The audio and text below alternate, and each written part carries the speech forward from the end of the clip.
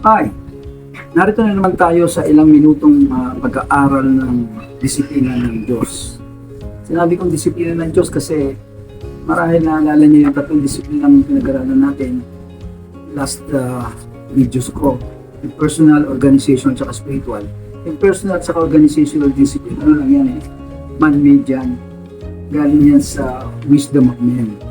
All the while, yung disiplina natin yan, naka-align yan sa spiritual discipline, no less than of Jesus Christ. Kaya masasabi natin na itong disiplina na to na ating tinuturo ngayon ay nakabase lahat sa scripture o sa salita ng Jesus Christ na nakasulat sa Biblia.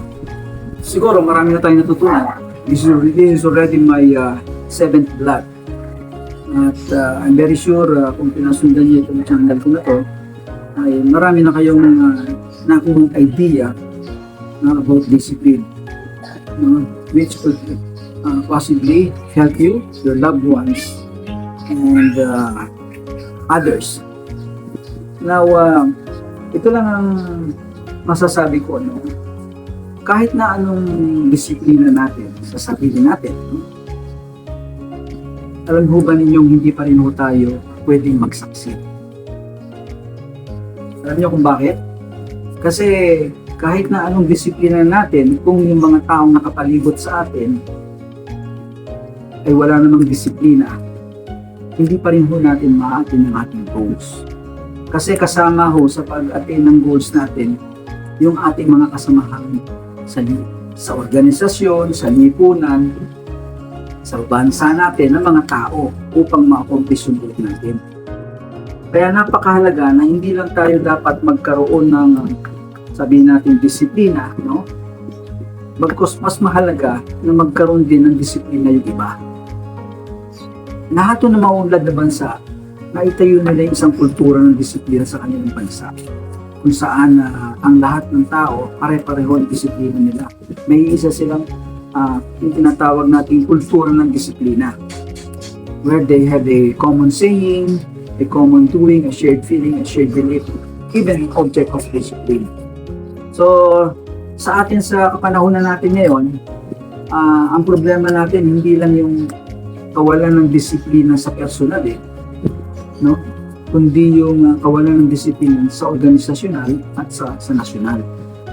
Kaya napakahalaga na hindi lang dapat natin maunawaan itong disiplina na to, hindi lang dapat na magkaroon tayo ng disiplina sa ating mga sarili, kung hindi dapat tayo ay maging instrumento ng pagdidisiplina ng iba. Sa gayong paraan, no, we will be able to ultimately establish a culture of discipline in every organization, in every community, barangay, in the entire country. So, ang topic natin ngayon, I'd like to discuss is yung paano tayo magdidiscipline, no? The proper and the correct way of disciplining. So, meron kasing dalawang paraan ng pagdidisiplina, no? One is yung proper way of disciplining at yung isa naman is yung correct way of disciplining. Alam nyo, sa mundo na to, lahat ng ginagawa natin meron tinatawag na the proper way and the correct way. No? Kaya even sa pagdidisiplina natin, dapat malaman natin to kung ano itong proper way na to at correct way nito. Hopefully, pagka natin yan, makaka-establish tayo ng isang kultura ng disiplina kung saan everybody shares a common saying, a common belief, no, a common doing, a shared feeling, and object even ng discipline. So ngayon, how do you say if the way we discipline is proper or correct? Anong pangalawang video ko, no, I was able to talk to yung pinapanood yung pangalawang video ko, it's all about how to discipline. Tinuro ko doon yung the best ways of disciplining.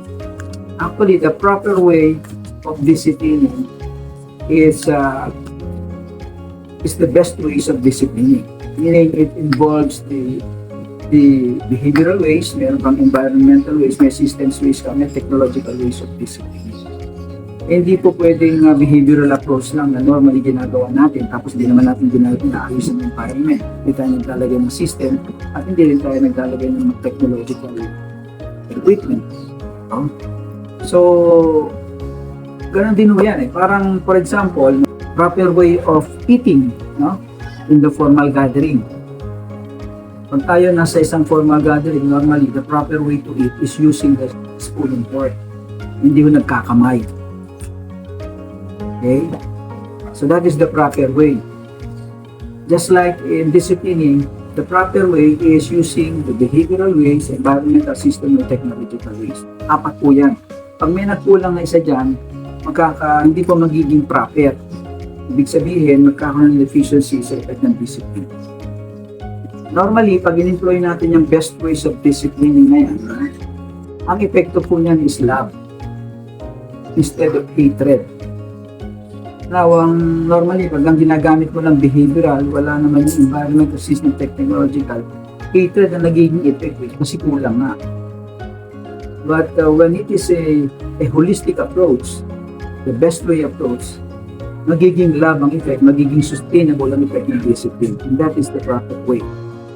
Now, sabi nga natin na whenever I speak about discipline thing, matters here in my video, I always validate it with what the scripture says on this. Like for example, yung behavioral invest ways, no, yung behavioral ways, nakasulat po yan sa scripture. Dito sa Ephesians 5:15, sinasabi niya dito ng Lord, pay attention to how you behave. Do not live as the unwise do, but as responsible persons. So the Lord is very concerned about our behaviors. No? At doon naman sa environment, nakikita natin, sinabi niya ito sa Revelation 11:18. Ang sabi niya, the nations raged, but your wrath has come and destroyed those who destroy theirs. So the Lord is very concerned as well on the environment, the earth. So much so that He could punish us if we destroy this earth and then or the environment. On the system, no? Ito sinabi niya. However, so 1 Corinthians 14:40, however, everything should be done in a fitting and orderly way.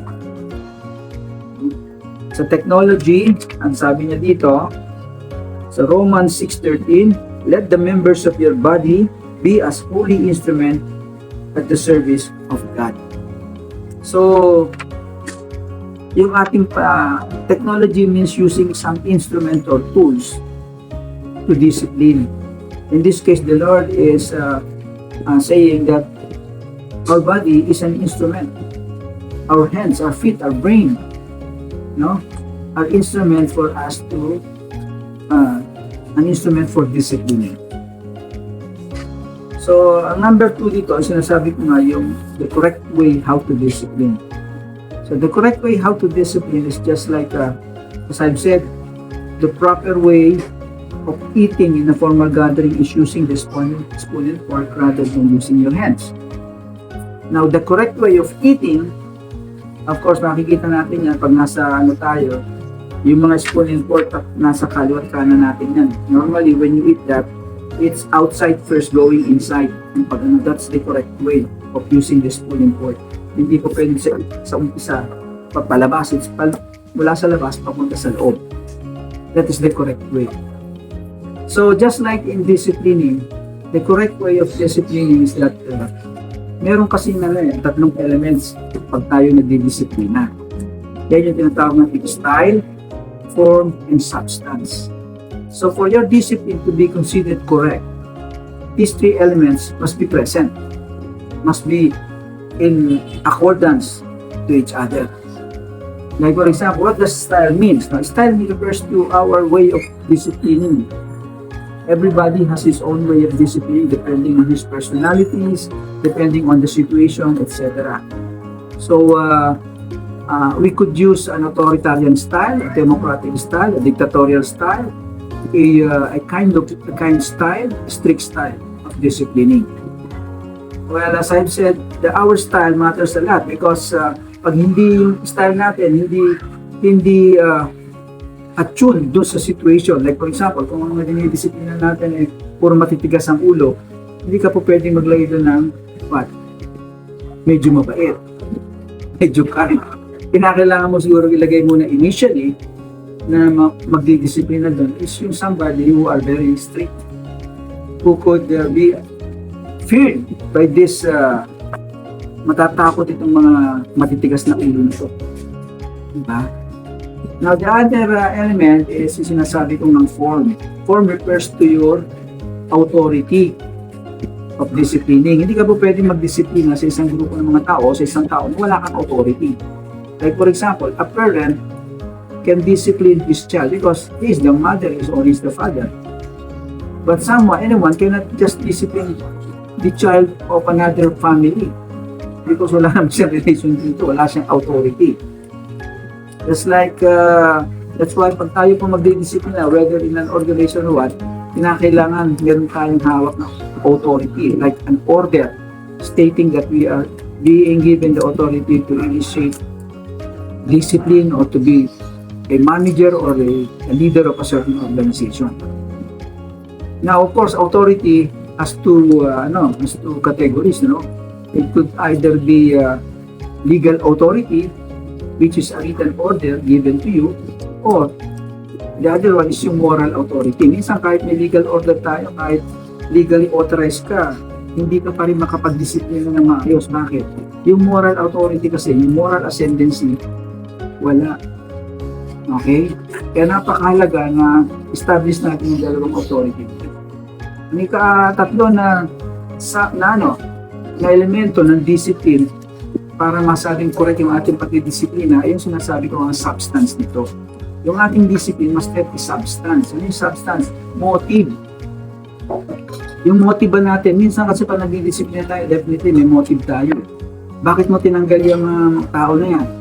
Tinanggal mo yan maybe because meron ka palang personal motive. Kaya pagka gano'n, hindi na yan magsasucceed kasi it was not meant for the interest of the organization or the group you're representing. It's basically for your own interest. So, kinakailangan pag nagdidisiplina tayo, yung motive natin ay hindi self-serving. It must serve the interest of the group or the people or the organizations we are representing. And of course, yung ating motive must be founded on the very spirit of the scripture, which is love. So kung ang ating motive is vengeance, hatred, revenge to a certain person or group of persons, that's why you're disciplining him or them. Eh, hindi mo magsasucceed yan. Bakit? Yung motive natin is wrong na. Yung spirit ng ating motive is wrong. Is not correct. So, napakahalaga na itong tatlo na to, yung style, form, and substance, ay present, maayos, para nang sa ganun, yung ating disiplina, masabi natin correct. Diba? So, meron bang, yung style ba? Tama ba yung style? Yung binigay mong leader na magdidisiplina, tama ba? Align ba doon sa requirement ng mga taong didisiplinahin? Yung bang, meron ba siyang authority, both legal and moral? Ano ba ang kanyang motive? Motive niya ba is good for the interest of the individual and the organization, hindi for his interest? Yung motive ba niya is aligned with the spirit of love of the Lord? Yan ang mga katanungan natin. So dito, napakahalaga na matutunan natin itong pagdidisiplina ng proper and correct. Marami sa atin ngayon, hindi alam paano magdisiplina. Hindi na proper, hindi pa correct. So, saan tayo pupulutin pare-pareho nito? Kaya napakahalaga na I'm hoping that through this advocacy, through this effort that we are doing to share this knowledge that is been written in my books, I hope this could help a lot in eventually not just attaining personal discipline on every hearer of these vlogs, but ultimately a culture of discipline in this country. Now, I suggest if you want more to know more the details, the very details of this discipline thing that I've been discussing all the while, I suggest you secure a book. Secure already a book while at the same time, listen to this vlogs that I'm doing, because it will help a lot if you will be able to read it and at the same time hear it. Okay?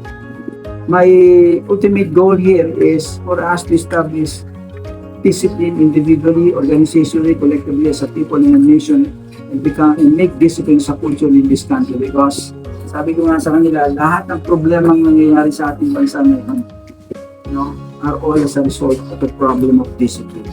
And this problem of discipline all boils down start from what? Ignorance on discipline.